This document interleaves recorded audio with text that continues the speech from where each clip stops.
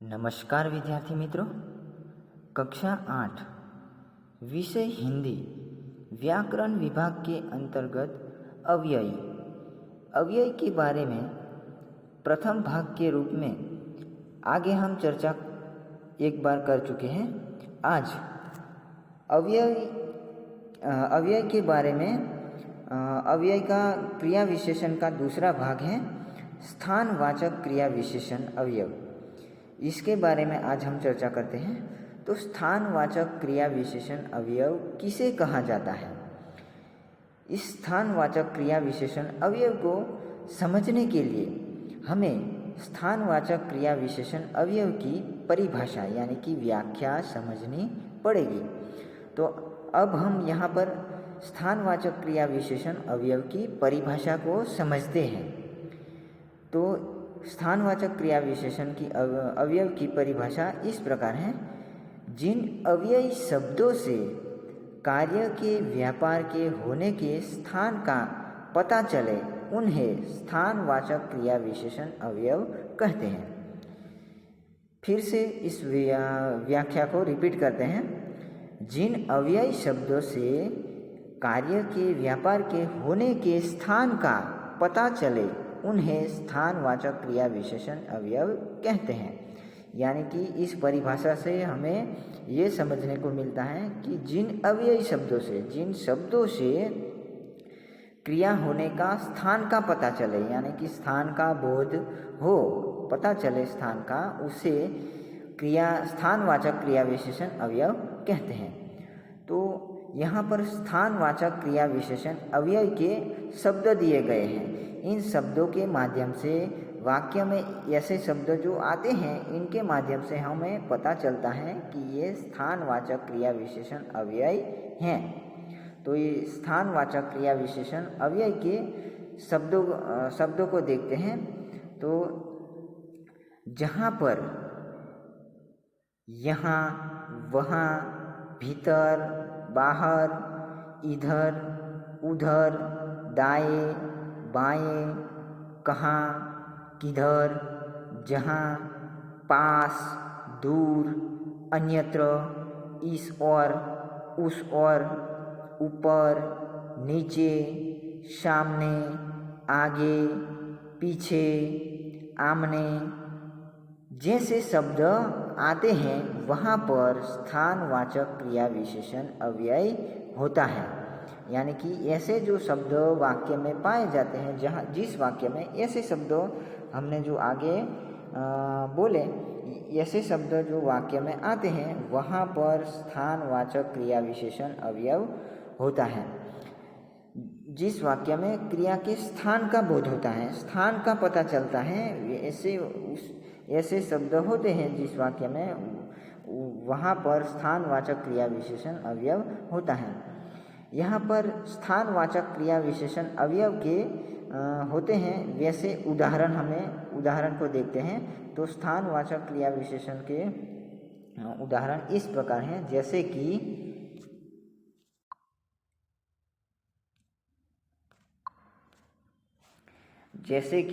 स्थानवाचक क्रिया विशेषण अवयव के उदाहरण इस प्रकार: मैं कहाँ जाऊँ। इस वाक्य में कहाँ शब्द आया है, उस कहाँ शब्द से हमें पता चलता है कि क्रिया के स्थान का हमें बोध हो रहा है। और यहाँ पर देखा जाता है कि जो ये कहाँ शब्द हैं ये अव्यय हैं। दूसरा उदाहरण है तारा किधर गई। इस वाक्य में किधर शब्द जो आया है वो ये जो किधर जो शब्द हैं वे उससे पता चलता है कि ये अव्यय हैं। और तारा की जगह पर किसी भी लड़की का नाम राधा रखा जाए तो भी ये किधर शब्द एज इट इज़ जैसा इस वाक्य में आया है वैसा ही आएगा। और अगर ये स्त्रीलिंग वाक्य है तो पुल्लिंग शब्द रखा जाए, ये राम किधर गए, तो जो किधर शब्द आया है उसमें कोई परिवर्तन नहीं आता, चाहे पुल्लिंग हो चाहे स्त्रीलिंग हो, चाहे किसी भी काल में इस शब्द को इस प्रयोग किया जाए तो एज इट इज़ ऐसा ही आता है, इसीलिए ये अव्यय है, इसमें कोई बदलाव नहीं आता। तीसरा उदाहरण है सुनील नीचे बैठा है। यहाँ पर जो शब्द आया है नीचे, वो नीचे शब्द आया है, इससे पता चलता है कि ये क्रिया का स्थान का बोध होता है। नीचे जगह का स्थान, क्रिया होने की स्थान की जगह को सूचित करता है, इसीलिए ये नीचे शब्द भी स्थानवाचक क्रिया विशेषण अव्यय हैं। और चौथा उदाहरण है इधर उधर मत देखो। इस वाक्य में इधर उधर ये स्थानवाचक क्रिया विशेषण अवयव हैं। पांचवा उदाहरण है वह आगे चला गया, यानी कि आगे पीछे ये क्रिया के स्थान को सूचित करता है, इसीलिए इस वाक्य में आगे जो शब्द आया है वो भी क्रिया विशेषण अवयव हैं। छठवां उदाहरण है उधर मत जाओ। यहाँ पर उधर शब्द है, वो क्रिया की जाने की, मत जाओ यानी कि क्रिया जाने की क्रिया को सूचित करता है, और उधर इस जगह को निर्देशित करता है, जगह को सूचित करता है, इसीलिए ये स्थानवाचक क्रिया विशेषण अव्यय हैं। नेक्स्ट क्रिया विशेषण अव्यय का प्रकार है परिमाणवाचक क्रिया विशेषण अव्यय। इस उदाहरण से परिमाणवाचक क्रिया विशेषण अवयव, इससे पता चलता है कि इस परिमाणवाचक क्रिया विशेषण अवयव किसे कहा जाता है। तो इसको समझने के लिए हमें इसकी परिभाषा को समझना चाहिए। परिमाण यानी कि नाप तोल, तो ये जो शाब्दिक अर्थ हुआ इसका परिमाण का, लेकिन इसकी परिभाषा इस प्रकार है जिन अव्ययी शब्दों से कार्य के व्यापार के परिमाण का पता चलता है उसे परिमाणवाचक क्रिया विशेषण अवयव कहते हैं। जिन शब्दों से नापतोल का पता चलता है, नापतोल यानी कि जिस शब्दों से नापतोल का बोध होता है उसे परिमाणवाचक क्रिया विशेषण अवयव कहते हैं। यहाँ पर मात्रा, कितनी मात्रा में है कोई किसी भी पदार्थ या क्रिया कितनी मात्रा में हो रही है, इसका नापतोल का पता चलता है, उसे परिमाणवाचक क्रिया विशेषण अवयव कहते हैं। परिमाणवाचक क्रिया विशेषण अवयव शब्द कैसे शब्द आते हैं, तो किस शब्द के आधार पर हम परिमाणवाचक क्रिया विशेषण अवयव हैं इसका बोध हमें होता है। तो ऐसे शब्द आते हैं जहाँ पर थोड़ा, काफ़ी, ठीक, ठाक, बहुत, कम, अत्यंत, अतिशय, बहुधा, थोड़ा थोड़ा, अधिक, अल्प, कुछ, पर्याप्त, प्रभुत, न्यून, बूंद बूंद, स्वल्प, केवल, प्रायः, अनुमानतः, सर्वथा, उतना, जितना, खूब, तेज, अति, जरा, कितना, बड़ा, भारी, अत्यंत, लगभग, बस, इतना, क्रमशः आदि शब्द आते हैं, वहाँ पर परिमाणवाचक क्रिया विशेषण अव्यय होता है। यानी कि ऐसे जो शब्द वाक्य में, जिस वाक्य में पाए जाते हैं वहाँ पर परिमाणवाचक क्रिया विशेषण अव्यय होता है। परिमाणवाचक क्रिया विशेषण अवयव को समझने के लिए हमें उदाहरण की भी चर्चा करनी पड़ेगी। उदाहरण के तौर पर हम देखें तो यहाँ पर पहला उदाहरण है मैं बहुत घबरा रहा हूँ। इस वाक्य में जो बहुत शब्द आया है, बहुत घबरा रहा हूँ, यहाँ पर ये बहुत क्रिया की मात्रा को सूचित करता है, कितनी मात्रा में घबरा रहा है। मैं घबरा रहा हूँ, लेकिन कितना घबरा रहा हूँ, ये जो मात्रा को सूचित करते हैं, ये जो नापतोल को सूचित करता है, इसीलिए यहाँ पर बहुत शब्द से परिमाणवाचक क्रिया विशेषण अव्यय हैं, ऐसा कहा जा सकता है। दूसरा उदाहरण है वह अतिशय व्यतीत होने पर भी मौन है। वह मौन है, व्यथित होने पर मौन है, लेकिन कितनी मात्रा में, कितने मात्रा में वो व्यथित हो रहा है, तो कि अतिशय बहुत अतिशय मात्रा में व्यथित होने पर भी मौन है। ये अतिशय जो शब्द है इससे पता चलता है कि ये जो क्रिया की व्यथित होने की जो क्रिया हो रही है वो अतिशय मात्रा में होते हैं, इसीलिए इसे परिमाणवाचक क्रिया विशेषण अवयव कहा जाता है। तीसरा उदाहरण है, उतना बोलो जितना जरूरी है। जितना जरूरी है, यहाँ पर जितना शब्द आया है वो बोलने की जो क्रिया हो रही है, कितना बोलो तो कि जितना जरूरी है इतना ही बोलो, ऐसा कहा गया है। तो इससे जितना, इस शब्द से परिमाण का बोध हो रहा है, मात्रा नापतोल का बोध हो रहा है, इसीलिए यहाँ पर परिमाणवाचक क्रिया विशेषण अव्यय हैं। चौथा उदाहरण है, रमेश खूब पढ़ता है। रमेश पढ़ता है लेकिन कितना पढ़ता है तो कि खूब पढ़ता है। खूब शब्द से जो क्रिया हो, पढ़ने की क्रिया हो रही है उसकी मात्रा को सूचित करता है, इसीलिए यहाँ पर परिमाणवाचक क्रिया विशेषण अवयव हैं।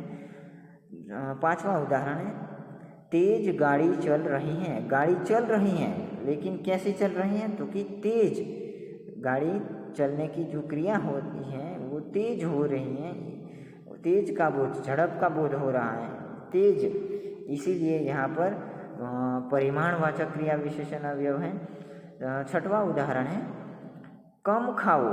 खाओ लेकिन कैसे खाओ, कम खाओ। यहाँ पर खाने की जो क्रिया हो रही है उसमें कम मात्रा को सूचित करता है, कम मात्रा में खाओ, इसका बोध हो रहा है, इसीलिए यहाँ पर क्रिया विशेषण अवयव हो रहा है, लेकिन परिमाणवाचक क्रिया विशेषण अवयव का बोध होता है इस शब्द से। तो और क्रिया विशेषण अवयव का चौथा प्रकार है, चौथा प्रकार रीतिवाचक क्रिया विशेषण अवयव। रीतिवाचक क्रिया विशेषण अवयव को समझने के लिए उसकी परिभाषा को हमें समझना चाहिए। तो क्रिया विशेषण अवयव की रीतिवाचक क्रिया विशेषण अवयव की परिभाषा इस प्रकार है,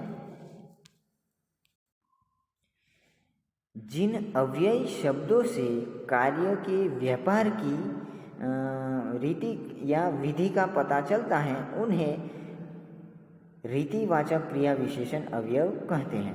इस परिभाषा को फिर से रिपीट करते हैं, जिन अव्ययी शब्दों से कार्य के व्यापार की रीति या विधि का पता चलता है उन्हें रीतिवाचक क्रिया विशेषण अवयव कहते हैं।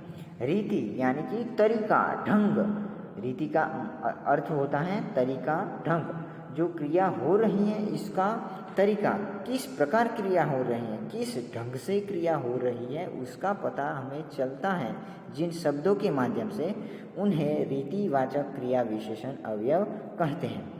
रीतिवाचक क्रिया विशेषण अवयव शब्द इस प्रकार हैं, जैसे कि जहाँ पर ऐसे, वैसे, अचानक, इसलिए, कदाचित, यथासंभव, सहज, धीरे, सहसा, एकाएक, झटपट, आप ही, ध्यानपूर्वक, धड़ाधड़, यथा, ठीक, सचमुच, अवश्य, वास्तव में, निस्संदेह, बेशक, शायद, संभव है, हाँ, सच, जरूरी, जी, अतएव, क्योंकि, नहीं, न, मत, कभी, नहीं, कदापि नहीं, फटाफट, शीघ्रता, भली भांति, ऐसे, तेज, कैसे, ज्यों त्यों आदि शब्द जिस वाक्य में आते हैं वहाँ पर रीतिवाचक क्रिया विशेषण अवयव होते हैं। यानी कि इस प्रकार के जो शब्द जिस वाक्य में आते हैं, उस वाक्य में इस प्रकार के शब्द आते हैं वो वहाँ पर रीतिवाचक क्रिया विशेषण अवयव होते हैं। तो रीतिवाचक क्रिया विशेषण अवयव को समझने के लिए उदाहरण के जरिए हम समझते हैं यहाँ पर। तो सबसे पहला उदाहरण है रीतिवाचक क्रिया विशेषण अवयव का,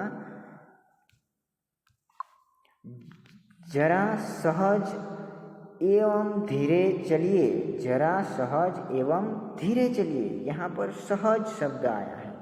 सहज शब्द से जो क्रिया होने का जो ढंग है, क्रिया होने का जो तरीका है, इसका पता चलता है। इसीलिए यहाँ पर रीतिवाचक क्रिया विशेषण अवयव होता है। दूसरा उदाहरण है, हमारे सामने शेर अचानक आ गया। अचानक का मतलब होता है आकस्मिक। हमारे सामने शेर अचानक आ गया, आकस्मिक आ गया, शेर आ गया, लेकिन कैसे आ गया? तो कि अचानक। क्रिया होने का जो ढंग है, तरीका है, इसका पता अचानक शब्द से चलता है। इसीलिए यहाँ पर रीतिवाचक क्रिया विशेषण अवयव हैं। तीसरा उदाहरण है, कपिल ने अपना कार्य फटाफट कर दिया। कपिल ने अपना कार्य किया, लेकिन किस प्रकार किया? तो कि फटाफट। जो क्रिया करने का जो तरीका है, ढंग है, वो फटाफट कर दिया है। फटाफट शब्द से पता चलता है कि क्रिया होने का तरीका कैसे हुआ, तो कि फटाफट हुआ। इसीलिए यहाँ पर ये जो फटाफट शब्द है, इसके माध्यम से हम कह सकते हैं कि इस वाक्य में रीतिवाचक क्रिया विशेषण अवयव हैं। और चौथा उदाहरण है, मोहन शीघ्रता से चला गया। मोहन चला गया, लेकिन किस प्रकार चला गया? तो कि मोहन शीघ्रता से चला गया। ये जो शीघ्रता शब्द है वो क्रिया होने की किस प्रकार क्रिया हुआ, किस ढंग से क्रिया हुई, इसका पता ये शीघ्रता से शब्द से पता चलता है। इसीलिए यहाँ पर रीतिवाचक क्रिया विशेषण अवयव इस वाक्य में होता है। पांचवा उदाहरण है, वह पैदल चलता है। वह चलता है, लेकिन किस प्रकार चलता है? तो कि पैदल चलता है। पैदल शब्द से हमें पता चलता है कि ये क्रिया होने का जो तरीका है, क्रिया होने का जो ढंग है, उसका पता पैदल शब्द से होता है। पैदल चलकर वो क्रिया करता है। इसीलिए यहाँ पर रीतिवाचक क्रिया विशेषण अवयव होता है। तो विद्यार्थी मित्रों, आज हम यहाँ पर क्रिया विशेषण अवयव के चारों प्रकारों के बारे में चर्चा कर चुके हैं। अब ये जो अवयव के दूसरे प्रकारों के बारे में नेक्स्ट वीडियो में हम चर्चा करेंगे। अस्तु।